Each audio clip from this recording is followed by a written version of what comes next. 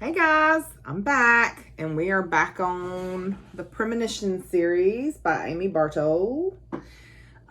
We are on number 4, which is Incendiary.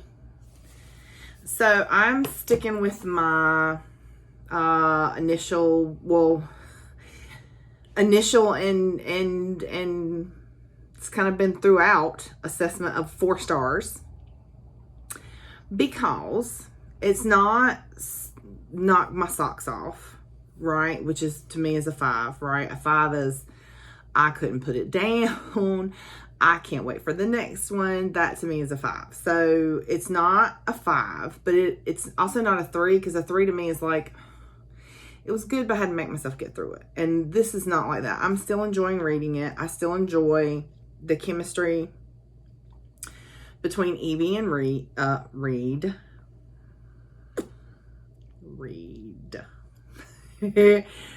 I still enjoy the chemistry between Evie and Reed. I also like, I like all the characters. I like Zephyr.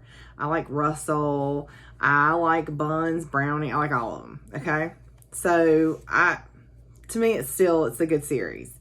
It would be good for high school age, because like, even though you know what's happening, it's not smutty. You know what I'm saying? And they're married. Angel married. Aspires. Whatever. Anyway, all right. Here's your spoilers alert. So if you don't want to know, this is the synopsis portion of the video. So if you don't want to know what happens in the book, turn back now. Okay. So it starts out on Zephyr's Island, which is somewhere in the South Pacific. And Evie wakes up and she's cold, and it shouldn't be cold because it's South Pacific. And she leaves the bungalow and she sees Brennis walking to her, and he's literally freezing the ocean as he walks on it because his magic is so strong or whatever. And he's trying to get her to come with him, and she doesn't want to. And he threatens to kill her and turn her if she does not. And so we kind of get this. Brennis was really rough and mean with her at first, and then he was all sweet, right? And so now he's back to being rough and mean. And so you kind of feel like whiplash, like you don't know what's the real Brennis. But then, you know, I think that helps put you in Evie's shoes, and maybe that's the point, right? Because Evie doesn't know which one's the real Brennis, and that's why she's torn, because she does care about Brennis, but she doesn't know if she should or not, because is he the monster that he acted like at first, or is he the sweet guy that he was after that, or what, you know? Reed, Russell, and Zephyr show up. They kind of talk some smack to Brennis, and he threatens Evie, and then he leaves. And apparently Evie, when she escaped, had one of Brennis's knives with her, and that is how he found her, because the knife calls to him. So, and the guys knew that it would happen, and they were counting on it so that they could figure out where Brennis was at.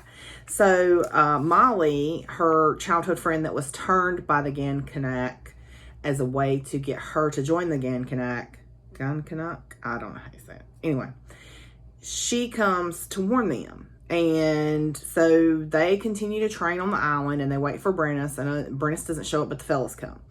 And they're all fighting, and Z and Russell send Buns and Brownie through the portals to safety, right? Then the Fallen show up, because the Fallen still want Evie too, because everybody wants Evie. So the Fallen show up. Evie opens her portal, but Ewan, one of the Gancanak, bites her and goes through the portal with her. And so Russell comes through the portal instead of Reed. It was supposed to be Russell was supposed to go with Brownie, and Reed was supposed to go with Evie. But Russell, being Russell, switched his watch with Reed's so that he could be the one to go through the portal with Evie, because he's sneaky. And Russell comes through the portal, and he has been bit like all over everywhere. Okay, he's been bit up bad. And Reed had stashed some blood in the safe house specifically for Evie in case she got bit. And Evie she's like, no, Russell, you take it, you need it. So Russell drinks the blood, and she sends him out to get more, because she's like, because you're worse off and you're stronger. So if you take this blood, then you can go out and get blood for me. So, and she killed Ewan. So he goes to get more blood, and while he's gone, a female angel with black wings shows up and starts kicking Evie's hind parts. But Evie was tied to a chair because she told Russell, tie me up so I don't hurt anybody. So this girl shows up, and she's like all over Evie, who's also tied to a chair, and they're fighting. And then Russell shows up, and it's like this whole like thing. Apparently this angel that showed up is Anya, and Anya is Russell's aspire, and he doesn't know her. He doesn't know anything about it, but he does have the butterflies.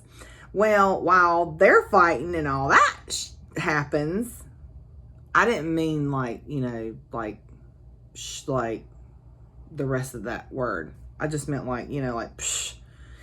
Anyway, the Gankanak show up, and Reed kills them, and then they take off and hide in some club in Poland, and the Gankanak show up and release these some kind of beasts from hell called risers. I don't know. And then an Ifrit shows up, and there's this whole like massive battle in the freaking club, and then more Fallen show up, and her and Reed are trying to escape, and they get shot all to pieces, and she sends out a clone that goes straight up in the air, and then her father shows up, and she ends up in a medical unit and has to send a clone to Russell to find where he is so Reed can go find him. And so they do that, and once they all get back together, they, you know, kind of battle the Fallen and the Divine win, and they leave, and they go to a ship that the Power Angels had, I think. But so her dad, since he's a Seraphim, right, he automatically is like the in-charge dude when he shows up on the scene because he outranks all the Power Angels. So I guess it's his ship. So they go back to Ireland because Tal's like, you know what? I'm taking Brennis's house, and I'm going to make it mine, and I'm taking his queen, who's actually my daughter, and nothing could go wrong there, right? So they go back to Ireland, and Tal has his left hand, right hand angels with him, which is Cole and Xavier, and apparently Xavier and Evie were lovers in paradise. Apparently Xavier has been her guardian angel all throughout all her lifetimes. And she got sick of being forced to be Russell's soulmate.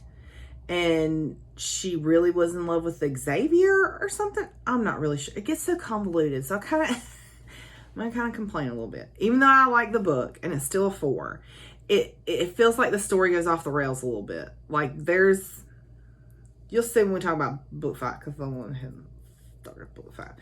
But it gets a little convoluted. Okay, so apparently Xavier is Evie's guardian angel, and them two have a thing. And because of them two having a thing, that's why Russell and Anya then had a thing. So they return to Ireland. Russell realizes that Anya is his aspire when the Gankanak try to take her, because he like gets all possessive and like, that's my girl. That's my girl.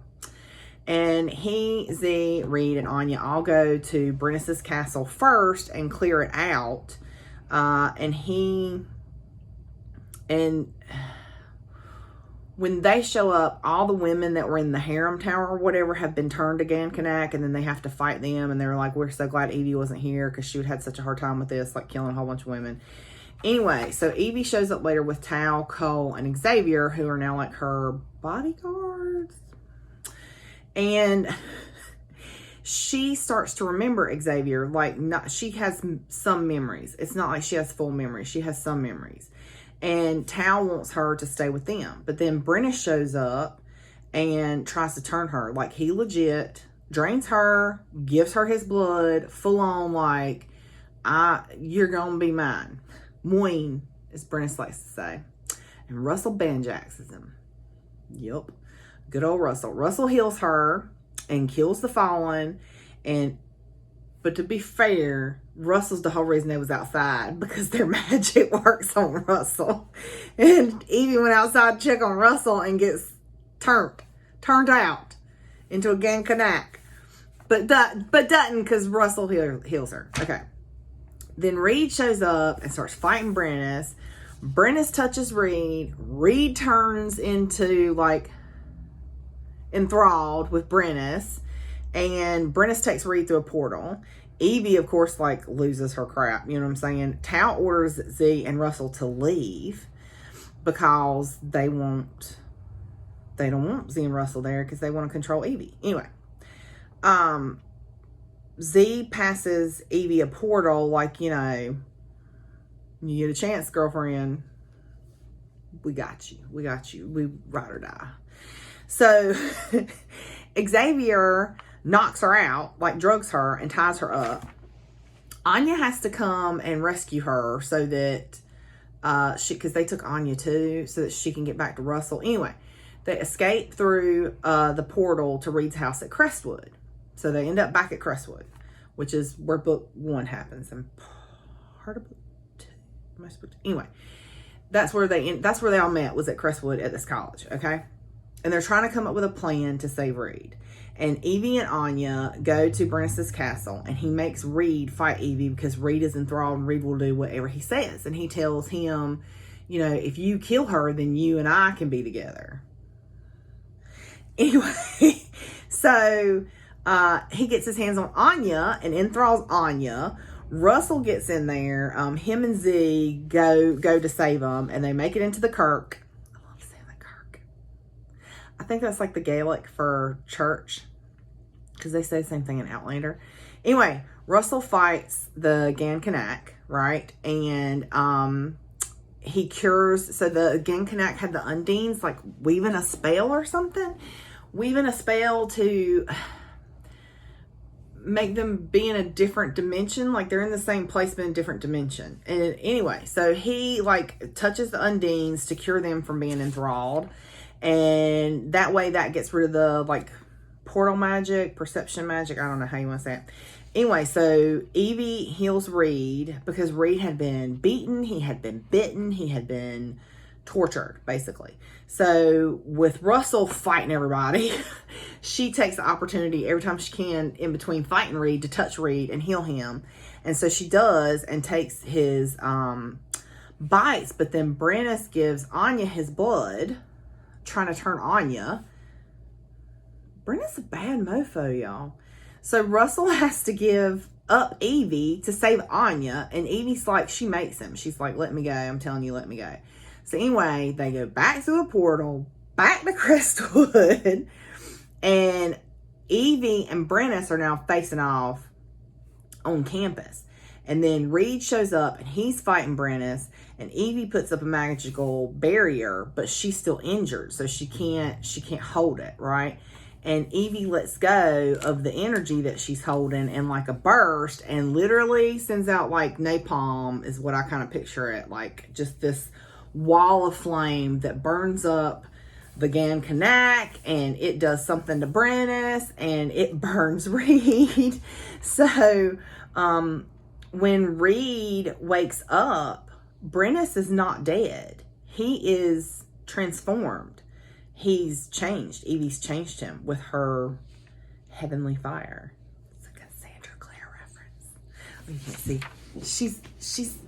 She's down there. Right there's Cassandra Clare. Yeah. Heavenly fire is one of her books. Read her books too. Okay. So Brennis is transformed. And when Reed finds Evie, like she's cold, she's not moving, so he thinks she's dead.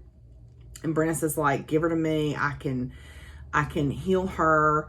I can fix her. And so this is actually one of my favorite quotes, and it's from Brennis. I know. I was surprised too, but it was just really kind of heartwarming and visceral, maybe, what he says. So he says, he's saying this to Reed. He says, she has changed me, Angel.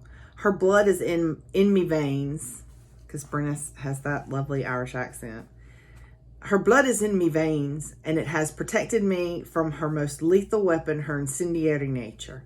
'Tis the only way ye survived as well. Ye have her blood in ye.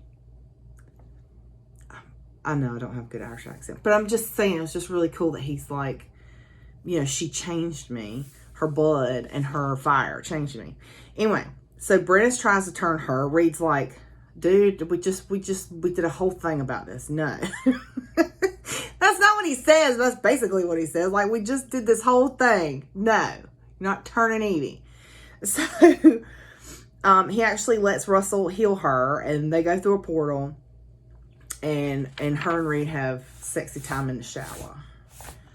But it's still no smoke. I'm just saying. And then, so here was my other favorite quote, because Evie is like, she's traumatized, which who wouldn't be, right? Literally, since the girl got to college, somebody's been trying to kill her, okay? So she's a little traumatized, and she can't relax, right? She's hypervigilant, which is a normal side effect, symptom, whatever, of going through trauma. And, you know, for those of you who went through 9/11 or who have ever been traumatized, and we're here, you felt that way. You just felt like, you know, what else? You're waiting for the other shoe to drop, basically. So I love this because I felt like this is one of my other favorite quotes, and it's Reed talking to Evie. And the reason I love it is because I felt like it's we can use this in our lives, right? For those of us who have been through something, because I mean, it's the truth. So what he says to her is, he says, yes, they are out there somewhere. Because she's like, oh, the fallen are out there. He's like, yes, they're out there somewhere. But you can't fight the next battle until it comes. Right? Like, you're in your head trying to fight this battle, and it's not even here yet. He says, but you can't fight the next battle until it comes. You have to recognize the moments of grace and live in them. When we get a moment to kind of breathe, we need to take it, right? Fighting the invisible enemy will only lead to exhaustion. This moment is a gift of peace. Take it. That's what he says. And I just love that, because so many of us need to hear that, quite honestly. Like, because like I said, when you know, especially with COVID and everything that's going on right now, there's just this uncertainty, right? And we've had, natural disasters and a global pandemic, and it's just, you just feel, you know, and so to say, hey, you know, don't fight that battle until it comes, and when you've got a moment of peace, take it. I felt like that was wise and sage advice coming from Reed. So anyway, that's Incendiary, and I'll see you guys for the next and final book, which is number 5. Bye.